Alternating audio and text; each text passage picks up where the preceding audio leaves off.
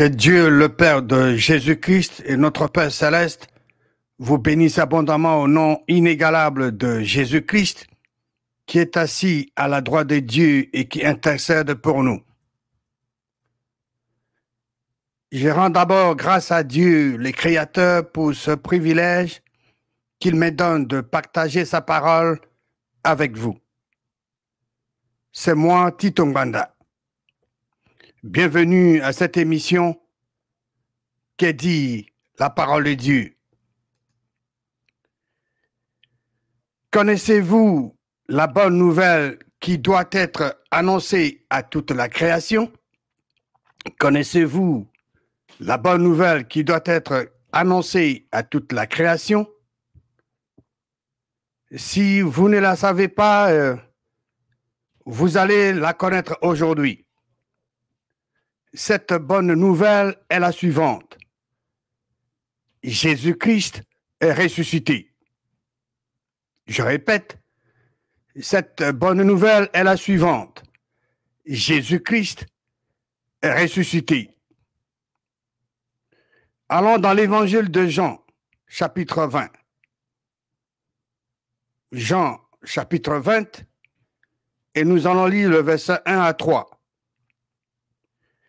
Le premier jour de la semaine, je voudrais ici ouvrir une petite parenthèse pour vous rappeler que Jésus-Christ était mort un certain mercredi à 15 heures et devait être enterré ce même jour avant 18 heures. 3 jours et 3 nuits après, donc 72 heures après, c'était le samedi 17 Nissan. Donc, il était mort un certain mercredi, le 14 Nissan, à 15 heures, enterré avant 18 heures le même jour, le 14 de Nissan, et Jésus-Christ était ressuscité 3 jours et 3 nuits après, c'est-à-dire 72 heures après, le samedi 17 Nissan, entre 15 heures à 18 heures. Et Jean 20, verset 1 nous dit, le premier jour de la semaine. Le premier jour de la semaine, c'est le dimanche. Marie de Magdala se rendit au sépulcre dès le matin, comme il faisait encore obscur, et elle vit que la pierre était ôtée du sépulcre. Verset 2. Elle, Marie de Magdala, Marie courut vers Simon-Pierre, l'apôtre Simon-Pierre, et vers l'autre disciple que Jésus aimait, et leur dit, « Ils ont enlevé du sépulcre le Seigneur, et nous ne savons où ils l'ont mis. » Verset 3. Pierre et l'autre disciple sortirent et allèrent au sépulcre. Ils sont allés constater, ils ont vu que les tombeaux étaient vides. Alors, ils sont rentrés. Lisons le verset 11 et 12. Verset 11. Cependant, Marie se tenait dehors près du sépulcre et pleurait. Comme elle pleurait, elle se baissa pour regarder dans le sépulcre. Verset 12. Et elle, Marie de Magdala, vit 2 anges vêtus de blanc, assis à la place où avait été couché le corps de Jésus, l'un à la tête, l'autre aux pieds. Donc, Marie de Magdala regarda et elle voya que le tombeau était vide. Mais elle a vu 2 anges qui étaient dans le tombeau. L'un à la tête, là où Jésus-Christ était couché, l'autre aux pieds. Lisons maintenant le verset 13 de Jean 20. Nous allons lire du verset 13 au verset 17. Verset 13. Ils lui dirent, donc les 2 anges dirent à Marie de Magdala, « Femme, pourquoi pleures-tu? Tu ne devais pas continuer à pleurer. Il est ressuscité. Pourquoi pleures-tu? » Elle leur répondit, « Parce qu'ils ont enlevé mon Seigneur et je ne sais où ils l'ont mis. » Pour elle, on a enlevé le Seigneur, son Seigneur, et elle ne savait pas où est-ce qu'on l'a mis. Verset 14. En disant cela, elle se retourna. Marie de Magdala se retourna et elle vit Jésus debout. Mais elle ne savait pas que c'était Jésus. Marie a vu Jésus, mais elle ne savait pas que c'était Jésus. Verset 15. Jésus lui dit, Jésus s'adresse maintenant à Marie de Magdala. Femme, Jésus-Christ parle ici dans son corps ressuscité. Il s'adresse à Marie de Magdala. Femme, pourquoi pleures-tu? Pourquoi pleures-tu? Moi, je suis vivant. Je suis ressuscité, mais voici. En d'autres termes, pourquoi pleures-tu? Qui cherches-tu? Mais comment tu cherches? Moi, je suis vivant. Qui cherches-tu? Elle, pensant que c'était le jardinier. Marie de Magdala pensait que Jésus était un jardinier. Le jardinier lui dit, Seigneur, si c'est toi qui l'as emporté, dis-moi où tu l'as mis et je le prendrai. Marie pensait que Jésus-Christ était le jardinier et elle a fait sa demande. Si c'est toi qui l'as emporté, dis-moi où tu l'as mis et je le prendrai. Marie ne savait pas que Jésus-Christ était ressuscité. Verset 16. Jésus lui dit, Jésus, dans son corps ressuscité, s'adresse à Marie, dit à Marie, Marie. Jésus-Christ appelle Marie par son nom. Jésus-Christ était mort. D'abord, Jésus-Christ était sur cette terre, il était né de Marie, il a grandi, il a accompli sa mission de réconcilier les gens de ce monde à Dieu. Il a été arrêté, crucifié, il était mort, enseveli, 3 jours et 3 nuits dans la tombe. Et Dieu l'a ressuscité des morts au 3e jour. Il est dans son corps ressuscité. Il parle à Marie de Magdala. Et il appelle Marie par son nom. Dans son corps ressuscité. Après la résurrection, Jésus-Christ n'a pas oublié le nom de Marie. Il se rappelait de Marie. Il a appelé Marie par son nom, Marie. Elle se retourna et lui dit en hébreu, Rabouni, c'est-à-dire maître. Elle aussi a reconnu la voix de son maître. Quand Jésus-Christ a appelé Marie par son nom, Marie a reconnu la voix de son maître. Et elle se retourna et lui dit en hébreu, Rabouni, c'est-à-dire maître. Verset 17, Jésus lui dit, ne me touche pas. Certainement, en reconnaissant la voix de son maître, Marie avait voulu toucher, embrasser le maître. Et le maître lui dit dans son corps ressuscité, ne me touche pas, car je ne suis pas encore monté vers mon Père. Qui est le Père de Jésus-Christ? Dieu le Créateur. Il est dit ici à Marie dans son corps ressuscité, car je ne suis pas encore monté vers mon Père, mais va trouver mes frères. Qui étaient les frères de Jésus-Christ? Les disciples de Jésus-Christ étaient ses frères. Vous et moi, nous qui sommes nés de nouveau de l'Esprit de Dieu, nous sommes les frères de Jésus-Christ. Jésus-Christ est notre grand frère. Son père, le père de Jésus-Christ, est notre père aussi. Il est dit ici, je veux relire. Mais va trouver mes frères et dis-leur que je monte vers mon Père et votre Père, vers mon Dieu et votre Dieu. Le Père de Jésus-Christ est le Père de croyants nés de nouveau. Le Dieu de Jésus-Christ est le Dieu des croyants qui sont nés de nouveau, qui ont l'Esprit de Dieu en eux. C'est fantastique de connaître toutes ces grandes vérités. Allons dans l'évangile de Marc. Allons dans l'évangile de Marc. Nous allons dans le chapitre 16. Marc 16, nous allons lire le verset 1 à 7. Verset 1.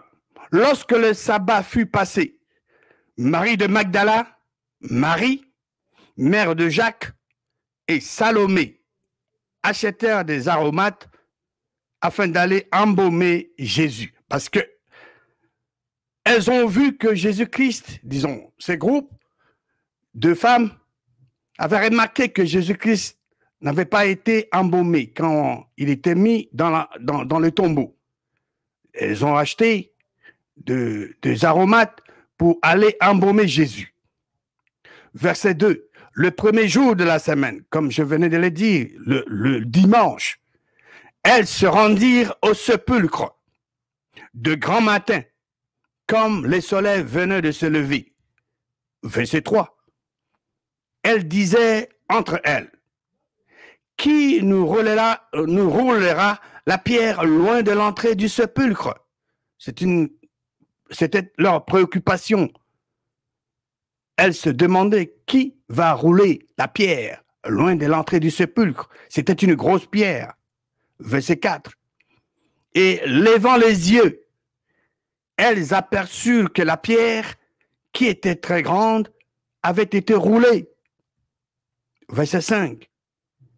Et elles entraient dans le sépulcre.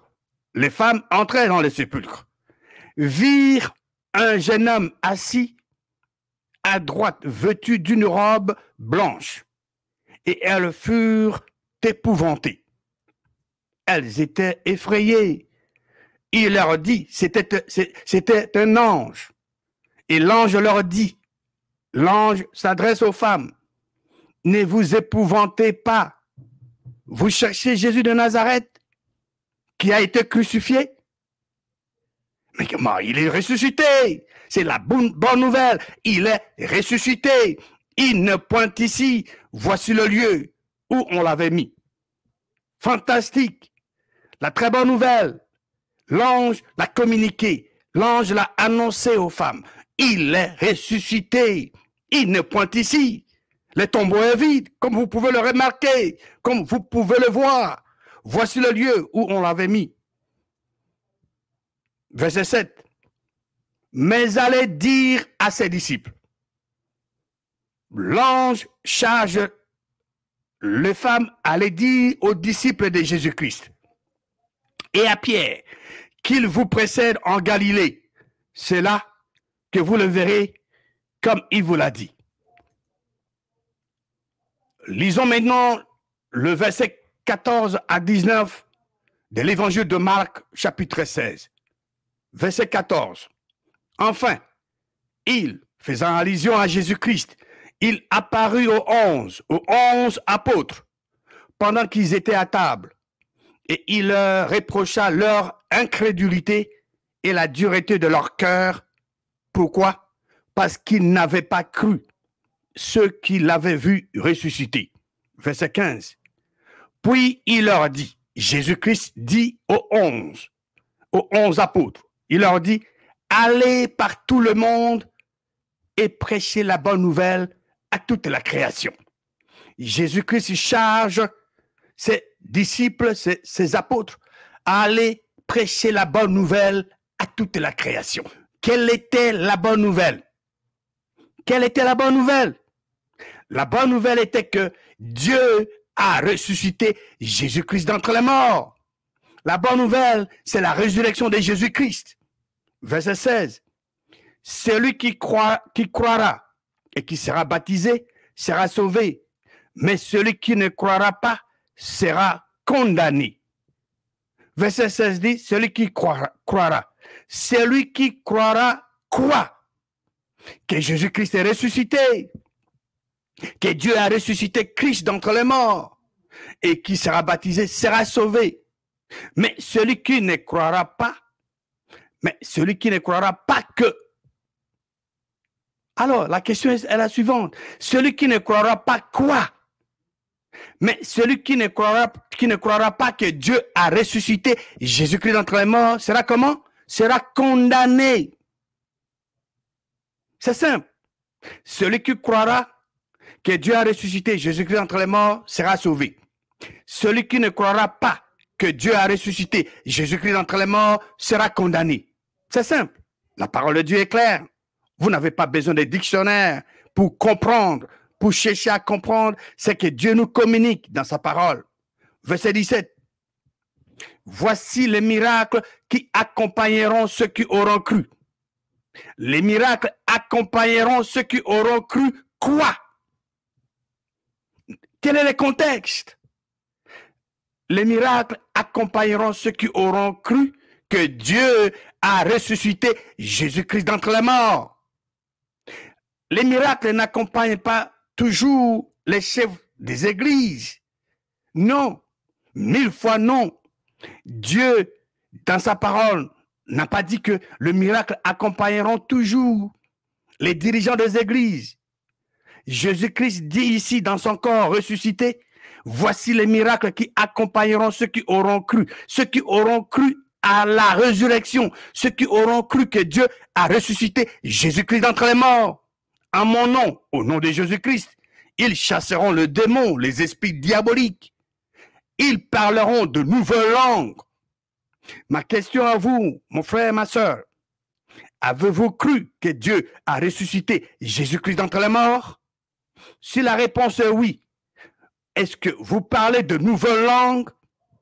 Rappelez-vous les jours de la Pentecôte. Les apôtres avaient reçu l'Esprit de Dieu.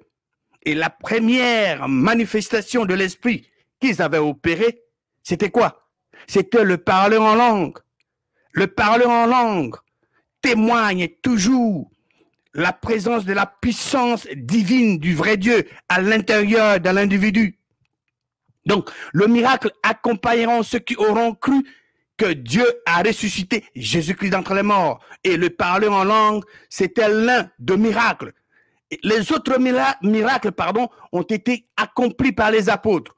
Mais seulement un miracle qui n'était pas accompli en ce moment-là. Parce que le Messie devait mourir, il devait ressusciter, il devait être enlevé. Et Dieu devait le faire asseoir à sa droite dans le lieu céleste pour rendre disponible le don du Saint-Esprit pour que ce miracle soit une réalité.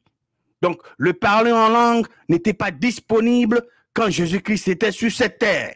Cela était rendu disponible pour la toute première fois quand Dieu avait rendu le don du Saint-Esprit disponible pour la toute première fois aussi au jour de la Pentecôte. Verset 18. Ils saisiront des serpents. C'est toujours les miracles qui accompagnent ceux qui auront cru à la résurrection. Ils saisiront des serpents. Il faudra faire très attention ici. Si vous saisissez un serpent par hasard, ce n'est pas que vous voyez un serpent qui vient vous mordre et puis vous allez, ok, moi je suis un croyant, je suis fils de Dieu, je vais prendre ce serpent par la main. Il ne faut pas tenter Dieu. Dieu vous a permis de voir le serpent, c'est pour vous permettre de prendre des dispositions. Mais prenons l'exemple de l'apôtre Paul. Quand il rassemblait le bois pour autour du feu, et il a saisi le serpent par hasard. Il a saisi le serpent par hasard. Qu'est-ce qui était arrivé? Il a secoué le serpent dans le feu. Les gens qui étaient là ont cru qu'il allait mourir. Mais ce n'était pas le cas, c'est dans le livre des Actes. C'est par hasard.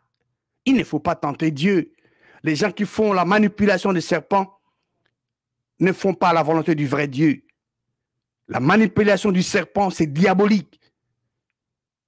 Ce n'est pas biblique. Je continue le verset 18. Ils imposeront le main aux malades et les malades seront guéris. Oui, ils le feront. Mais encore une fois de plus, ici, l'imposition de main au malade sur le malade, c'est toujours par la révélation divine. Dieu doit vous donner le feu vert pour le faire. Il ne faut pas avoir l'habitude de, à chaque fois que quelqu'un est malade, vous imposer les mains. Vous savez pourquoi? Parce que si la personne malade est possédée par les esprits diaboliques et que Dieu ne vous dit pas de mettre vos mains sur lui, une fois que vous osez, vos mains deviennent le point de contact. Et les esprits diaboliques qui sont chez la personne en question qui est malade, ces esprits vont traverser pour venir vous posséder. C'est pourquoi beaucoup de gens qui ne sont pas instruits, qui imposent leurs mains à tout moment, sont devenus possédés par les esprits diaboliques, sans toutefois qu'ils les sachent. Parce qu'ils ont ouvert la porte pour que les esprits diaboliques puissent venir habiter chez eux, dans leur corps. Verset 19. Le Seigneur, après leur avoir parlé, fut enlevé au ciel et il s'assit à la droite des dieux. pour ceux qui ont cru à la résurrection, pour ceux qui ont cru à la résurrection de Jésus-Christ, savez-vous ce que cette résurrection vous a apporté? Mon frère, ma sœur, vous qui avez cru à la résurrection de Jésus-Christ, savez-vous ce que cette résurrection vous a apporté? Aujourd'hui, de nombreux chrétiens savent et croient que Jésus-Christ a été crucifié pour eux. Mais la grandeur du christianisme ne s'arrête pas à la croix.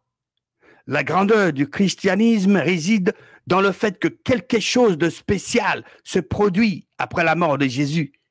Quelque chose se produit qui n'est jamais arrivé à aucun autre être humain.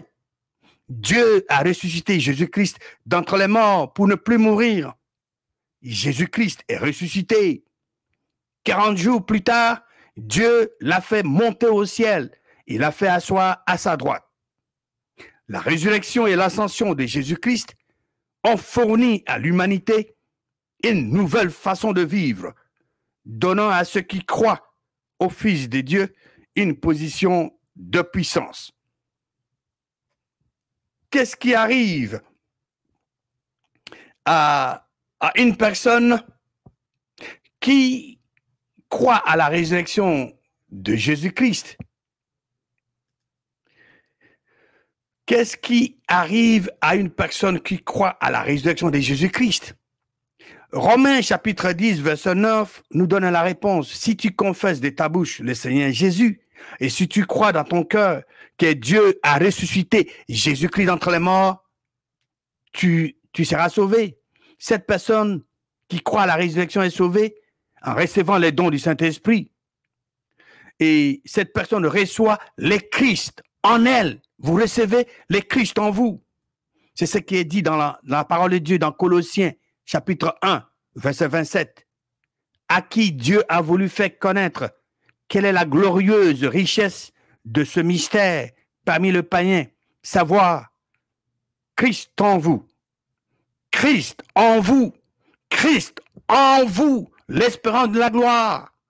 Quelle grande vérité de savoir que toute personne qui est née de nouveau de l'Esprit de Dieu a Christ en lui, a Christ en elle. Christ en vous, et c'est partout dans votre corps. Derrière vos yeux, vous avez les yeux de Christ. Derrière vos oreilles, vous avez les oreilles de Christ. Derrière votre nez, vous avez le nez de Christ. Vous avez le Christ en vous dans tous les corps. Cette personne qui a cru à la résurrection devient fils ou fille de Dieu à jamais. Elle devient héritier ou héritière de Dieu. En tant qu'héritier de Dieu, tout ce qui appartient à Dieu, le Créateur, vous appartient. C'est à vous de chercher à connaître ce dont votre Père possède pour que vous puissiez vous en prévaloir. Romains chapitre 8, verset 16 à 17, il dit « L'Esprit, Dieu, lui-même rend témoignage à notre esprit que nous sommes enfants de Dieu. » Verset 17. « Or, si nous sommes enfants, nous sommes aussi héritiers, héritiers de Dieu et co-héritiers de Christ. Si toutefois nous souffrons avec lui, afin d'être glorifiés avec lui. » Vous êtes héritier ou héritière du vrai Dieu. Le Dieu le Créateur, votre Père, parce que vous avez sa sémence, vous avez les dons du Saint-Esprit en vous. Avec la résurrection de Jésus-Christ, nous pouvons maintenant marcher dans la nouveauté de vie. Comme Jésus-Christ s'est sacrifié et que Dieu l'a ressuscité des morts pour qu'il ne meure plus, nous pouvons maintenant marcher dans la nouveauté de vie. Cela est écrit dans Romains chapitre 6, verset 4. Nous avons donc été ensevelis avec lui par le baptême en sa mort, afin que, comme Christ est ressuscité des morts par la gloire du Père, de même, nous aussi nous marchions en nouveauté de vie. Quand Christ a été ressuscité des morts et assis à la droite de Dieu, nous avons été ressuscités et assis avec lui dans une position de puissance et de complétude. Éphésiens décrit notre position de puissance. Éphésiens chapitre 1, verset 19 à 21. Il est écrit, « Et quel est envers nous qui croyons ?» Nous qui croyons quoi? Que Dieu a ressuscité Jésus-Christ d'entre les morts. Et quel est envers nous qui croyons l'infinie grandeur de sa puissance. Si Dieu avait dit qu'elle a envers nous qui croyons la grandeur de sa puissance, ce serait merveilleux. Mais ce n'est pas ce que la parole de Dieu dit. Dieu dit. Et qu'elle est envers nous qui croyons l'infinie grandeur de sa puissance, se manifestant avec efficacité par la vertu de sa force. Il a déployé en Christ cette puissance infinie. Dieu l'a déployé en Christ en le ressuscitant des morts et en le faisant asseoir à sa droite dans le lieu céleste. Cette puissance infinie de Dieu est disponible, est à la disposition de vous, mon frère, vous, ma sœur, qui êtes nés de nouveau de l'Esprit de Dieu. Donc, c'est cette puissance que Dieu a déployée pour ressusciter Christ d'entre les morts et l'a fait asseoir à sa droite dans le lieu céleste, au-dessus de toute domination, de toute autorité, de toute puissance, de toute dignité et de tout nom qui se peut nommer, non seulement dans le siècle présent, mais encore dans le siècle à venir. Savez-vous que Dieu nous a ressuscités ensemble avec Christ et nous a fait asseoir ensemble avec Christ à sa droite dans le lieu céleste? Que dit la parole de Dieu? Allons dans le livre d'Éphésiens chapitre 2, verset 6. Éphésiens 2, 6. Dieu, nous a ressuscités ensemble et nous a fait asseoir ensemble dans le lieu céleste en Jésus-Christ. Dieu le Créateur nous a ressuscités ensemble avec Christ et nous a fait asseoir ensemble avec Christ à sa droite dans le lieu céleste. Et cela au-dessus de toute domination, de toute autorité, de toute puissance, de toute dignité et de tout nom qui se peut nommer, non seulement dans le siècle présent, mais encore dans le siècle à venir. Selon Dieu et sa parole, nous sommes assis ensemble avec son Fils Jésus-Christ à sa droite dans le lieu céleste. Et compte tenu de notre position céleste, nous regardons en bas. Nous ne regardons pas en haut. Vous devez garder dans votre intelligence que vous êtes assis ensemble avec Christ à la droite du Père céleste dans le lieu céleste. Allons dans le livre des Colossiens chapitre 2. Colossiens chapitre 2. Et nous allons lire le verset 10. Vous avez tout pleinement en lui, qui est le chef de toute domination et de toute autorité. Voici la vraie tradition de ce verset 10 de Colossiens 2. Et vous êtes complètement et absolument complet en Christ, qui est le chef de toute domination et de toute autorité. Nous sommes assis avec Christ bien au-dessus de toute domination et de toute autorité. Nous sommes ressuscités et complets en Christ, marchant dans la nouveauté de vie. Avec cette nouvelle position de puissance et d'autorité, les croyants n'ont pas besoin d'avoir peur, d'inquiétude ou de frustration. Au lieu de cela, nous pouvons vivre avec autorité, audace et puissance. Avec cette nouvelle position de puissance et de domination, nous n'avons plus à nous identifier aux pensées de condamnation, d'erreur ou d'échec. Mais plutôt, nous pouvons vivre victorieusement dans nos pensées et dans nos actions avec une nouvelle qualité de vie. Dieu a permis à son Fils, Jésus-Christ, de vivre sans avoir à transporter des négatifs d'aucune sorte. Lisons Colossiens chapitre 3 et nous allons lire le verset 1 et 2. Si donc vous êtes ressuscités avec Christ, cherchez les choses d'en haut, où Christ est assis à la droite de Dieu. Affectionnez-vous aux choses d'en haut et non à celles qui sont sur la terre. Quand nous croyons qui nous sommes en Christ, et lorsque nous vivons nos vies selon notre nouvelle nature en tant qu'enfants de Dieu, marchant dans cette nouveauté de vie qui nous a été donnée, nous sommes en train de démontrer dans le monde des sens que Dieu a ressuscité Jésus-Christ d'entre les morts. Spirituellement, nous sommes aussi ressuscités. Alors, vivons nos vies comme Dieu a voulu que nous vivions à cause des accomplissements de Christ, parce que Dieu a ressuscité Christ des morts. Que Dieu vivant et vrai vous bénisse abondamment au nom magnifique et triomphant de Jésus-Christ ressuscité.